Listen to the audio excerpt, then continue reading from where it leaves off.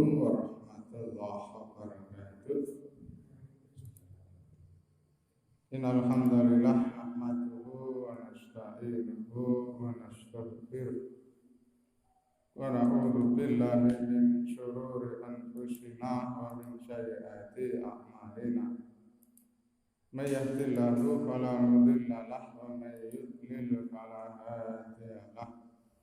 Asyhadu an la ilaha illallah wahdahu la syarika lah wa asyhadu anna Muhammadan abduhu wa rasuluh. Allahumma shalli wa sallim wa barik ala Muhammad wa ala alihi wa ashabihi wa man tabi'ahu bi ihsanin ila yaumil qiyamah. Wa ba'd.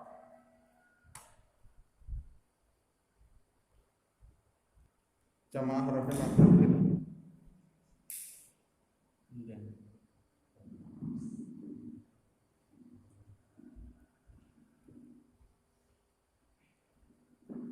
Jamaah rahimakumullah, kita lanjutkan kajian kita, masih lanjutannya ziarah kubur. Itu ziarah kubur yang tidak sesuai dengan tuntunan Rasulullah Sallallahu Alaihi Wasallam. Biasanya ada di sebagian kalangan, mereka berziarah kubur ke makam-makam yang menurut mereka makam orang sholat, kemudian bertawasul pada mayit dalam berdoa atau beristi'anah, meminta pertolongan melalui mayit yang ada di dalam kubur. Dalam sebuah hadis, perawinya belum saya sebutkan di sini, nanti kita carikan. Dalam sebuah hadis sahih, saya ingat dari riwayat Imam Muslim, bahwasanya Rasulullah Sallallahu Alaihi Wasallam bersabda, la'anallahu al-yahud wan nasara. Allah melaknat orang-orang Yahudi dan orang-orang Nasrani dikarenakan ittakhadhu, mereka menjadikan kubur anbiya'ihim, kubur nabi-nabi mereka, masjid, sebagai masjid atau tempat beribadah. Yuhadziru ma fa'alu, Rasulullah mengingatkan akan perbuatan mereka. Ada tambahan, cuma redaksi Arabnya belum tertulis. Aisyah radhiyallahu an berkata, seandainya bukan karena sabda beliau ini, tentu kubur beliau akan ditampilkan di luar rumah. Sungguh dilarang jika ada yang menjadikan kuburannya sebagai masjid. Kita ketahui makam Rasulullah itu berada di rumah Aisyah, karena syariatnya Nabi itu kalau wafat itu di mana dia wafat, disitulah dia dimakamkan. Rasulullah wafat kan di kamar Aisyah, kamar Rasulullah dan Aisyah. Nah, maka disitulah Rasulullah dikubur. Maka dengan begitu ya tidak ada satupun sahabat yang berani masuk yang berada di rumah Aisyah. Yang masuk mungkin juga cuma keluarga dekatnya, ayahnya Abu Bakar atau saudara yang lain. Yang itu diantara tujuannya adalah agar kubur Nabi tidak dijadikan sebagai tempat beribadah untuk menyembah Allah, untuk berdoa ataupun yang lain. Di kubur Nabi waktu itu memang sudah dijaga, dalam arti tidak ada sahabat, apalagi sahabat-sahabat yang dari pegunungan, orang-orang Badui yang kadang memang agak di luar kontrol. Nah, maka untuk menjaga itu makam Nabi berada di dalam rumah. Kemudian dalam hadis yang lain, riwayat Imam Muslim yang nomor sekian, Nabi Shallallahu Alaihi Wasallam bersabda beberapa hari sebelum kematiannya, Inaman kana qablakum, sesungguhnya orang-orang sebelum kalian, kanu yatafiduna, mereka menjadikan Al-kubur, kubur itu masjid sebagai masjid. Yang dimaksud menjadikan kubur sebagai masjid ya tempat ibadah untuk ngaji, untuk sholat, untuk berdoa. Allah, ingatlah, ketahuilah, fala tattakhidul kubura, janganlah kalian menjadikan kubur-kubur itu masjid sebagai masjid, tempat beribadah. Fa inni anhakum andalik, sungguh aku melarang kalian dari yang demikian itu. Jadi larangan Nabi sangat jelas. Bukan hanya satu hadis, ada banyak hadis. Di kubur sebagaimana telah kita jelaskan juga kemarin, di ziarah kubur itu untuk mendoakan yang ada di kubur, bukan minta doa. Kalau berdoa seperti biasa, minta memohon kepada Allah untuk diri sendiri di masjid atau di rumah. Nah, kalau ke kubur ya mendoakan yang ada di kubur. Apalagi menjadikan jenazah mayit itu sebagai wasilah, tidak ada satupun tuntunan dari Nabi. Nabi sama sekali tidak pernah memerintahkan sahabatnya untuk berwasilah dengan mayat beliau ketika beliau meninggal. Tidak ada satupun dalil. Nah itu, jadi kita harus kembali kepada tuntunan Rasulullah. Tapi ya sebagian kalangan masih ada yang seperti itu. Hadis berikut. Hadis riwayat Imam Malik dalam kitabnya Al-Muwatta dari Zaid bin Aslam, dari Atta bin Yasar, bahwasanya Rasulullah Shallallahu Alaihi Wasallam kala bersabda, berdoa, Allahumma la taj'al qabri wathanan yu'bad. Ya Allah, janganlah engkau jadikan kuburku ini seperti berhala-berhala yang disembah. Ya Rasulullah begitu khawatir waktu itu karena pengalaman nabi-nabi sebelumnya makamnya itu disembah. Nah, maka Rasulullah berdoa, ya Allah, janganlah engkau jadikan kuburku ini seperti berhala yang disembah. Karena apa? Istadda ghadabullah, sangat keras murka Allah. Istadda ghadabullah, sangat keras kemarahan, kemurkaan Allah. Ala qaumin, atas suatu kaum ittakhadhu, yang menjadikan kubur anbiyaihim, kubur nabi-nabi mereka, masjid, sebagai masjid. Nah, jadi Rasulullah sampai berdoa jangan sampai kuburnya itu seperti berhala yang disembah. Maka makam Nabi ditutup dengan tembok rapat, bukan dibangun, tapi itu untuk menutup makam Nabi. Makam Nabi tidak dibangun ya karena kebetulan saja sekarang berada di tengah-tengah masjid. Jadi makam Nabi khusus, nah di tembok sekitarnya yang orang tidak bisa melihat hanya dari lubang kecil.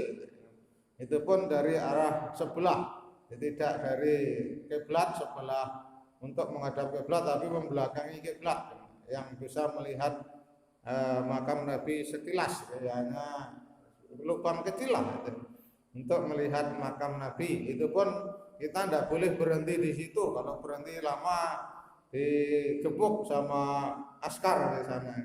Nah itu memang doa Nabi agar makam Nabi tidak dijadikan sebagai tempat peribadatan, tidak dijadikan untuk wasilah. Di doa Rasulullah, ya karena doa Rasul mesti dikabulkan, ya, maka sekarang juga dijaga seperti itu. Nah agar makam Nabi tidak dijadikan tempat beribadah. Jamaah rahimakumullah, jadi peribadatan penyembahan terhadap berhala itu sudah sejak zaman Nabi Nuh. Ya awalnya ya dari kubur tadi. Wa qalu la tadharunna alihatakum wa la tadharunna wattaw wa la suwa'a wa la yaghutha wa yaquqa wa nasra. Nah nanti ada penjelasannya, tafsirnya. Dan mereka kaum Nabi Nuh berkata, ketika diajak Nabi Nuh untuk menyembah Allah, janganlah sekali-kali kamu meninggalkan Tuhan-Tuhan kalian, yaitu Wadda, Suwa'a, Yahus, Ya'uq, dan Nasra. yang mana semua itu adalah pada dasarnya orang-orang saleh pada zaman sebelum Nabi Nuh. Nah, di sini Ibnu Katsir dalam tafsirnya menjelaskan, ulai mereka itu, jadi nama-nama yang disebut tadi, Wada, Suwa'a, Yahus dan seterusnya tadi adalah kaum yang saleh, orang-orang yang saleh pada zaman Nabi Nuh, kaumnya Nabi Nuh, di sebelum Nabi Nuh. Karena mereka menyembah berhala itu, kemudian Nabi Nuh diutus untuk meluruskan paham mereka. Dulunya adalah orang-orang saleh di kaum Nuh. Ketika mereka mati, kaum Nuh beriktikaf di kubur mereka. Jadi mereka beriktikaf, berdiam diri di situ, berdoa, dan membuat patung-patung yang menyerupai mereka. Inilah awal penyembahan berhala. Ini saya ambil dari tafsir Ibnu Katsir. Ibnu Katsir selanjutnya disebutkan bahwa mereka adalah orang-orang saleh yang hidup di antara Adam dan Nabi Nuh. Mereka mempunyai banyak pengikut yang mengikuti jejak mereka, dan mereka telah meninggal dunia. Para muridnya yang setia mengikuti jejak mereka. Mereka mengatakan, sebaiknya kita buatkan patung-patung mereka sebagai peringatan buat kita yang akan mendorong kepada kita untuk giat beribadah.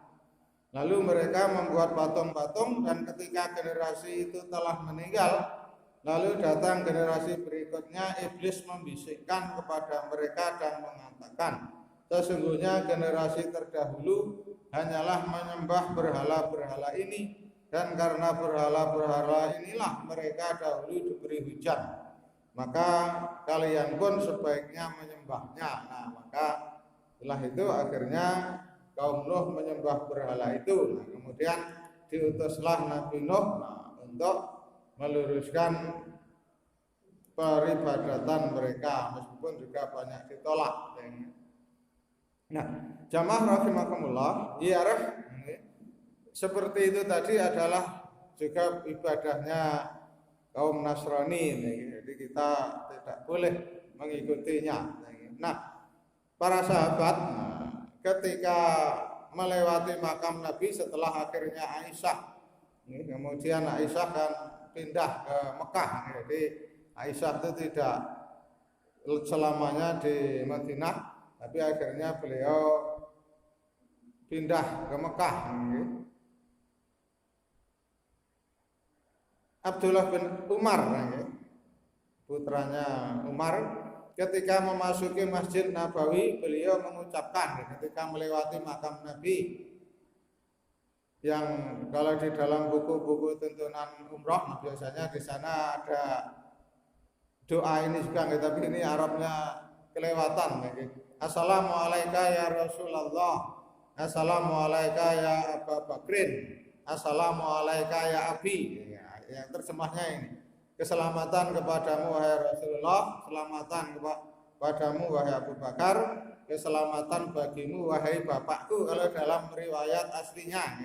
Tapi karena yang mengucapkan Ibnu Umar, nah yang bapakku diganti Umar. Assalamualaikum ya Umar. Kalau sekarang kita assalamualaikum ya Rasulullah, assalamualaikum ya Abu Bakrin, assalamualaikum ya Umar. Selepas itu Umar lekas pergi, tidak duduk-duduk di samping makam Nabi berdoa. Jadi tidak ada satupun sahabat yang mengamalkan seperti itu. Di dalam riwayat saya belum menemukan satupun riwayat kalau para sahabat itu berdoa di samping makam Nabi. Berdoanya ya di luar itu. Nah, begitu nggih. Jadi prinsipnya kita tidak boleh menjadikan kuburan itu sebagai tempat beribadah. Beribadah itu ya di masjid. Nah, maka kubur itu juga dilarang diberi penerangan. Dikasih lampu itu dilarang. Karena kalau dikasih lampu terang, orang menjadikan tempat ibadah. Nah, kecuali dikasih lampu dinyalakan kalau pas pemakaman saja. Karena kalau di daerah Jawa Timur sana memakamkan malam hari itu biasa. Jadi makanya dikasih lampu, tapi itu pun dinyalakan ya hanya ketika memakamkan saja. Nah, di dalam hadis disebutkan dari Ibnu Abbas, la'ana melaknatlah Rasulullah sallallahu alaihi wasallam yairatil kubur, wanita-wanita yang ziarah kubur dan menjadikannya kubur itu sebagai masjid. Wasirat, nah di sini, dan memberi kubur itu lampu, penerangan. Di kubur dikasih lampu itu tidak boleh. Nah, karena tadi dikhawatirkan kalau dijadikan malam harinya untuk beribadah. Tapi saya pernah menemukan memang ada yang seperti itu di daerah saya sana di Kediri. Saya pernah lewat suatu malam, ya jalan raya lah, yang kebetulan sampingnya ada kubur itu, kubur di samping masjid itu. Nah, itu mereka malam itu berkeliling di situ sambil diterangi itu, tidak tahu baca apa, kita hanya lewat saja. Kayaknya baca Quran loh, karena berkeliling banyak orang di situ di depan kubur itu. Nah, maka yang seperti itu termasuk dilarang, karena memang dilarang Nabi dan tidak ada satupun sahabat yang mengamalkan seperti itu setelah Rasulullah wafat. Ketika Rasulullah hidup ya memang tidak ada, karena oleh Rasulullah dilarang. Nah, maka sekali lagi beribadah itu adalah di masjid, di kubur tidak boleh, di rumah. Nah, kalau di rumah boleh, karena rumah juga tempat untuk sholat. Nah, maka tadi kaitannya dengan tawasul kepada kubur tadi yang dilarang. Dan Rasulullah pun, para sahabat tidak pernah sama sekali bertawasul kepada makam Nabi, karena Rasulullah juga sama sekali tidak pernah berpesan, berwasiat ataupun bersabda. Jadi ada satu riwayat, nah di sini, yaitu ketika terjadi satu paceklik, terjadi kemarau yang panjang, sehingga pada kekurangan air, kemudian pada zaman Umar waktu itu, kemudian Umar mengumpulkan para penduduk untuk melakukan salat istisqa, salat minta hujan. Nah, waktu itu kemudian Umar meminta kepada Abbas bin Abdul Muthalib, paman Nabi yang usianya masih lama waktu itu, zaman Umar, nah beliau masih hidup. Nah, ketika terjadi paceklik, nah maka Umar meminta kepada beliau untuk berdoa. Nah, di sini coba kita baca dari Anas bahwasanya Umar bin Khattab radhiyallahu an karena idza qafatu istasqa bil Abbas. Nah, di sini adalah Umar ketika kaum muslimin tertimpa musibah, ia meminta hujan dengan berwasilah kepada Abbas bin Abdul Muthalib. Dia meminta kepada Abbas bin Abdul Muthalib untuk berdoa. Maka berdoalah, berkatalah Umar, Allahumma ya Allah, inna kunna, kami dulu, natawassalu ilaika binabiyina, bertawasul kepada nabi kami ketika nabi masih hidup, fataskina, maka engkau menurunkan hujan. Wa inna natawassalu ilaika, maka kami bertawasul, berdoa kepadamu, bi ammi nabiyina, melalui paman nabimu, faskina, maka turunkanlah kepada kami hujan. Fayusqona, maka mereka pun tidak lama setelah itu mendapatkan hujan. Jadi Umar itu berwasilahnya kepada yang masih hidup, yaitu Abbas, minta didoakan Abbas. Abbas paman Nabi yang dianggap juga termasuk sesepuh waktu itu, dianggap juga orang yang saleh. Maka Umar memohon kepada Abbas bin Abdul Muthalib untuk memimpin doa, untuk menjadi imam salat istisqa, berdoa. Nah, kemudian akhirnya diturunkan hujan. Jadi tidak ada Umar itu berwasilah kepada makam Nabi. Andaikan boleh, tentu berwasilah kepada Nabi yang paling utama.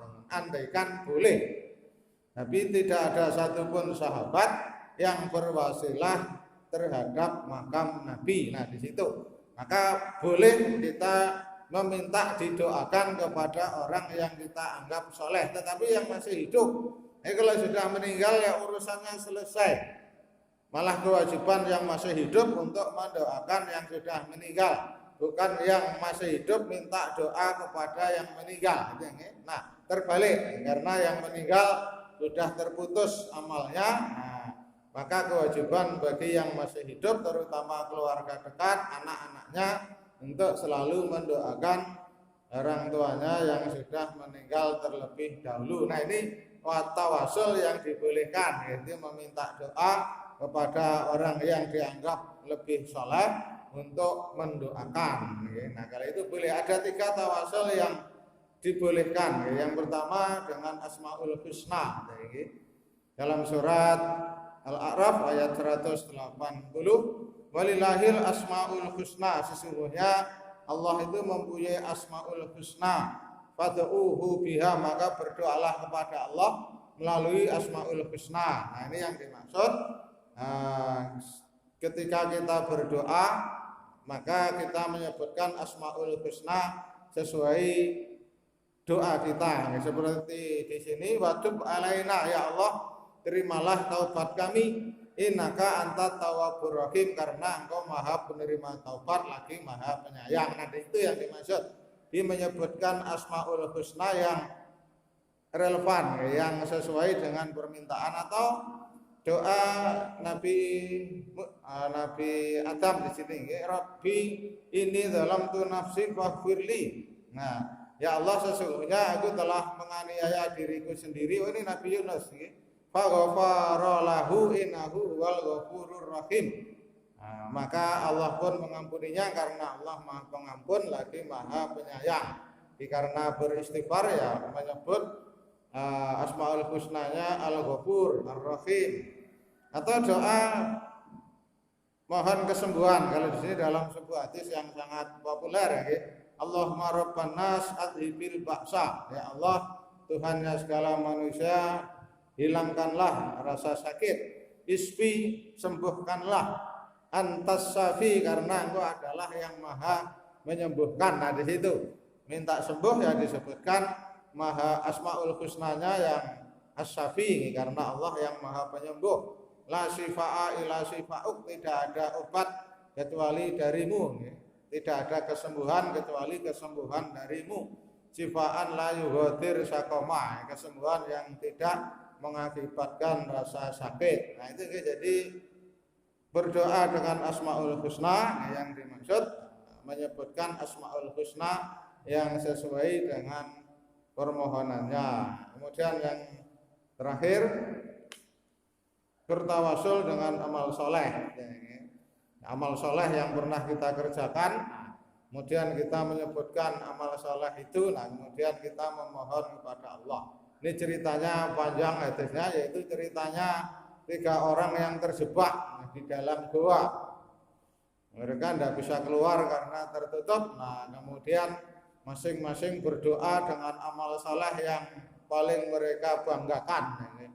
Ya Allah, saya dulu pernah begini, maka dengan amal soleh itu bukakanlah pintu goa ini. Yang satunya juga berdoa, ya Allah, aku dulu pernah begini, beramal soleh begini, maka bukakanlah pintu goa. Yang ketiga juga berdoa, nah akhirnya pintu goa itu terbuka. Nah, ini ceritanya panjang ya hadisnya. Hadis ini juga tercantum dalam Riyadhus Shalihin, nanti dalam bab taubat, saya ingat saya ini. Dalam bab taubat, nah hadis ini juga tercantum dalam kitab Riyadhus Shalihin. Jadi ada 3 orang yang dalam perjalanan, nah kemudian mereka masuk gua. Nah, ketika masuk gua, tiba-tiba ada batu yang jatuh dari atas yang menutupi pintu gua, yang mereka akhirnya tidak bisa keluar. Kemudian mereka masing-masing berdoa sesuai dengan amal soleh yang mereka banggakan. Nah, saya kira itu yang bisa saya sampaikan. Nah, kesimpulannya, ya, kubur sekali lagi bukan tempat untuk beribadah, tetapi berziarah untuk mendoakan yang ada di kubur dan juga untuk mengingatkan bahwasanya kita semua akan masuk kubur. Nah, dengan itu kita akan bersemangat dalam beribadah. Untuk beribadah, nah, maka tempatnya adalah di masjid atau di rumah. Saya kira itu yang bisa saya sampaikan. Monggo kalau masih ada pertanyaan bisa disampaikan lewat WA, insya Allah bisa akan kita jawab. Demikian, semoga bermanfaat. Assalamualaikum warahmatullahi wabarakatuh.